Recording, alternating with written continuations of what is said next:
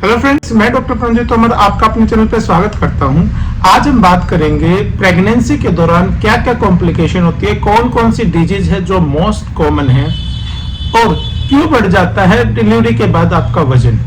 Generally देखा गया है प्रेगनेंसी के दौरान थायराइड, वेट गेन हो जाना, पाइल्स की समस्या, कॉन्स्टिपेशन, डायबिटीज, हाइपरटेंशन या फिर घबराहट, एक बेचैनी, कई बार इससे रिलेटेड और भी ज्यादा प्रॉब्लम आपको देखने को मिलती है। बट ये कुछ कॉमन सी प्रॉब्लम है जो ज्यादातर महिलाओं में हमें प्रेगनेंसी के दौरान मिल जाती हैं।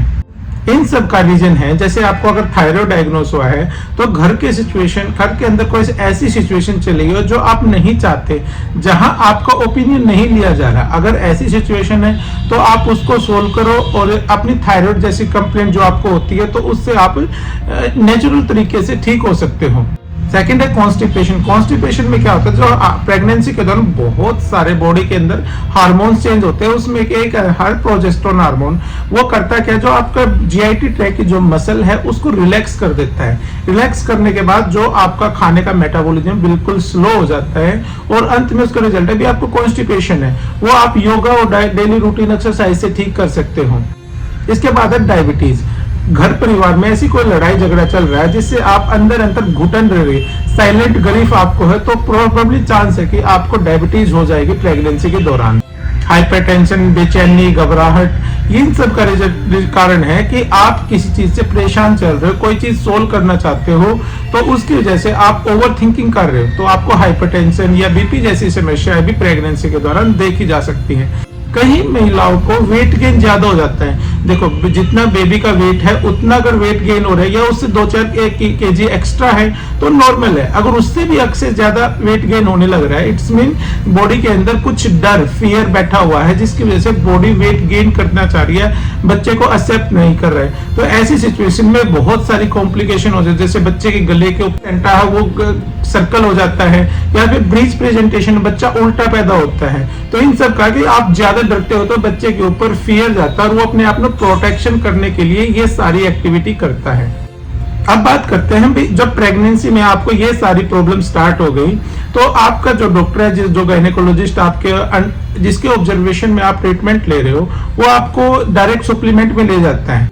लेकिन आपको चाहिए कि आप नेचुरल तरीके से उन सप्लीमेंट्स को ले। जितनी कम मेडिसिन आप प्रेगनेंसी के दौरान लोगे उतना ही आप डिलीवरी के बाद उतना ही बेनिफिट आपको मिलेगा। जैसे अगर आपने बीपी की मेडिसिन, पाइल्स की मेडिसिन, थायराइड की मेडिसिन, ये कोई भी मेडिसिन प्रेगनेंसी के दौरान ली है, बहुत ज्यादा चांस है कि जैसे ही आपकी डिलीवरी होती है उसके 2-4 महीने के अंदर अंदर आपका वेट गेन बढ़ना स्टार्ट हो जाता है और वो इतना ज्यादा बढ़ता है कि आपके कंट्रोल से बाहर रहे।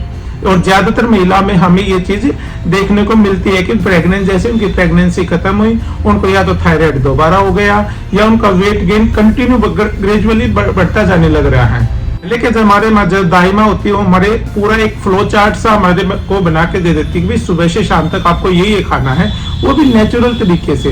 लेकिन आजकल जो गायनेकोलॉजिस्ट है वो डायरेक्ट आपको सप्लीमेंट में ले जाते हैं कि आप ये इसके लिए ये मेडिसिन लो, इसके लिए ये कैल्शियम की टैबलेट लो। कल भी ज्यादातर विदेश जो आउटर कंट्री उसके अंदर देखा जाता है जो प्रेगनेंसी दौरान बहुत कम मेडिसिन दी जाती है, उनको कंपलसरी है कि भी आपका प्रेगनेंसी हो तो आपको एक्सरसाइज करनी पड़ेगी, जिम ज्वाइन करना पड़ेगा। पहले 6 महीने के लिए वो डेली एक्सरसाइज करते हैं, डेली जिम करती हैं और हेल्दी खाना खाती है और अच्छे से उनका माइंड सेट करता है कि जो बच्चा हो वो हेल्दी पैदा हो और नेचुरल तरीके से पैदा हो। तो आपको भी चाहिए कि जैसे आपकी प्रेगनेंसी हो तो पहले 6 महीने के लिए तो आपको ऑन बेड बिल्कुल नहीं जाना है, अपना नेचुरल तरीके से न्यूट्रिशन लेना है और एक्सरसाइज करनी है। घर के अंदर बहुत सारे काम है, अपना उन 6 महीने तक लगातार करो। 7th 8th 9 जो लास्ट ट्राइमेस्टर होता है उसके अंदर आपको रेस्ट की जरूरत होती है, आपको सप्लीमेंट की जरूरत पड़ती है। तो कोकोनट वाटर आप ज्यादा लें, दूध, दही, घी जैसी चीजें आप ज्यादा खाने में इंटेक करें, फल फ्रूट आप ज्यादा ऐड करें, सब्जी ज्यादा ऐड करें। हैवी फूड ज्यादा जितना स्पाइसी है या फिर मैदे से बना हुआ चीजें हैं, ये जितनी हो सके उतनी बिल्कुल अवॉइड करें प्रेगनेंसी के दौरान। और अधिक जानकारी के लिए आप दिए गए नंबर से संपर्क कर सकते हैं। धन्यवाद।